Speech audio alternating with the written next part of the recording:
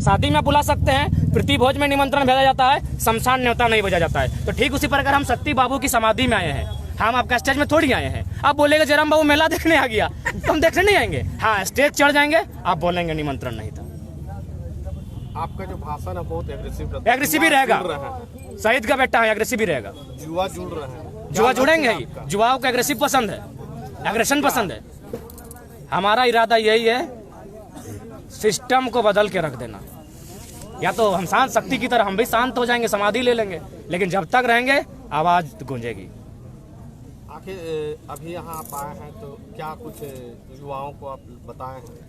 युवाओं को यही संदेश देना चाहेंगे कि देखें, जैसे ही हम मेरा एंट्री हुआ, चारों तरफ देखे झंडा लगाए पार्टी का, हम बोले अब थोड़ा सा पार्टी का धंधा कम कीजिए। 5 साल में एक बार जिसको अच्छा लगे वोट दे दीजिए, लेकिन जीवन भर पूरा 5 साल रूटीन मत बनाइए कि नली तो 3000 का पेमेंट, तो मीडिया चलाने के लिए सोशल मीडिया में रिचार्ज, ये सब दूर जाइए और सवाल कीजिए कि आप क्या कर रहे हैं। विधायक जी कह रहे हैं कि मेरा ही क्षेत्र से जयराम चुनाव लड़े, पता चल जाएगा कितना हमें है। पहला बात तो विधायक जी को मनाइए, और शबनीय बयान है, वो 20 साल 25 साल से राजनीतिक विधायक रह चुके, हम तक नया लड़का है, तो उनको चैलेंज हमको नहीं देना चाहिए। और उनको आभास होना चाहिए कि जैसा भी है हम उगता हुआ सूरज, उगते हुए सूरज को। आपका जो मांग था 32 से 27%, क्या फिर 15 तारीख को तब दे दी 36% बाहरी को नौकरी? क्या करेंगे 32 का चबाक खाएंगे? विधायक जी को पहला सवाल कीजिए कि 36% वैकेंसी जो सहायक अभियंता का आता है, उसमें 36% बाहरी लोग हैं। बोलिए हम लोग पेपर दें? नाम के साथ एड्रेस के साथ पेपर देते हैं। यानी मुख्यमंत्री जो एकदम ड्रामा, पूरा ड्रामा चल रहा है। 32 अभी 3 साल लगेगा, 5 साल लगेगा, तब तक नौकरी को आप कैसे रोकेंगे? अभी टीचर की बहाली आएगी। आपको अगर बीजेपी का ही शासन करना था तो फिर क्या ड्रामा किए? जल जमीन जंगल की सरकार।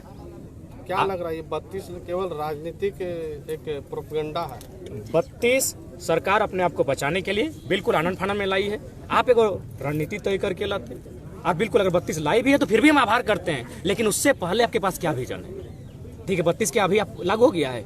नहीं ना, तो फिर आपके मंत्री बयान क्यों दे रहे हैं कि 32 लागू हुआ, मजा लीजिए। इनको नहीं, हम आपसे मीडिया वालों से इतना चाहेंगे कि आज पिछले 10 महीनों में मीडिया जितना तीखा सवाल इस छात्र से पूछा है, एक बार पलट के उनसे इतना ही पूछिए कि 32 जो आपका संसद गया है, कि हम ले आए और झारखंड का जो मांग था पूरा कर दिया। एक बात हमको बताइए, बस उससे इतना ही उनसे पूछा जाए, जो लोग 32 का समर्थन कर रहे हैं, कि ये संसद में किस सदन में पहले जाएगा? पहले लोकसभा में जाएगा कि पहले विधानसभा में? और जाएगा तो क्या प्रक्रिया होगा कि डायरेक्ट जाके पटक देगा हाँ दे 32? प्रोसेस होता है, चलिए हम ही बता देते हैं। पहला होगा प्रेजेंटेशन, दूसरा होगा डिस्कशन, तीसरा होगा अप्रूवल।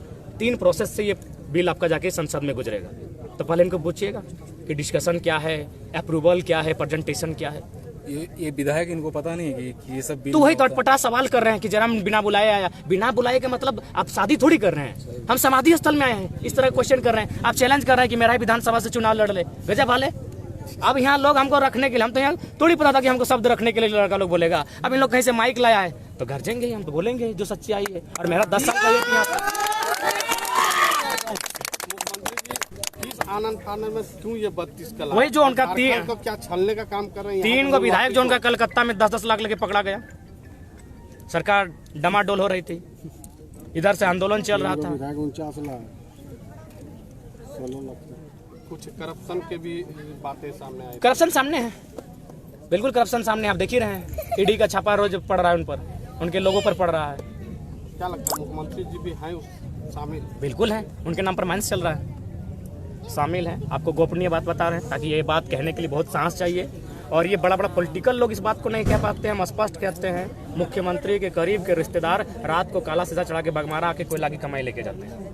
कौन है? नाम का खुलासा कर दीजिए। नाम का खुलासा समय में कर देंगे। जैसे जैसे मेरा कद बढ़ेगा, मेरा एनर्जी बढ़ेगा, मेरी निडरता बढ़ेगी, हम नाम भी लेंगे।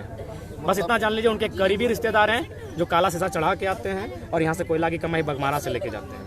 मतलब अब जयराम जी अवैध कोयला कारोबार को रोकने के लिए भी अब समूह बिल्कुल करेंगे। कोयला का जितना भी कोयला का खदान है, चाहे टाटा सिजवा रहे चाहे जमा डबा रहे, हमारे पुरखों की जमीन पर है, वो हमारे लोग हैं, उनकी जमीनों पर है। उन्हें क्या मिला?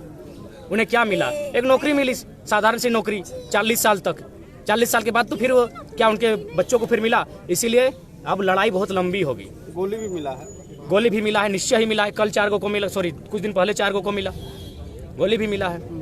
उसको किस रूप में देखते हैं और जयराम जी क्या करेंगे उसको? हम लोग आंदोलनकारी हैं, हम लोगों में आक्रोश भरना है, लोगों को एक सही दिशा देना है, विशेषकर युवाओं को, और एक ऐसा मूवमेंट तैयार करना है जो हम लोग पहला प्रयास करेंगे कि हल संवैधानिक तरीके से हो, और नहीं तो फिर उलगुलान होगा, मरता क्या नहीं करता। कोयला चोरी का जिम्मेवार किसे मानते हैं? कोयला चोरी का जिम्मेवार हम तो मानते हैं पढ़े लिखे ब्यूरोक्रेट्स को। मंत्री लोग पढ़ा लिखा नहीं है।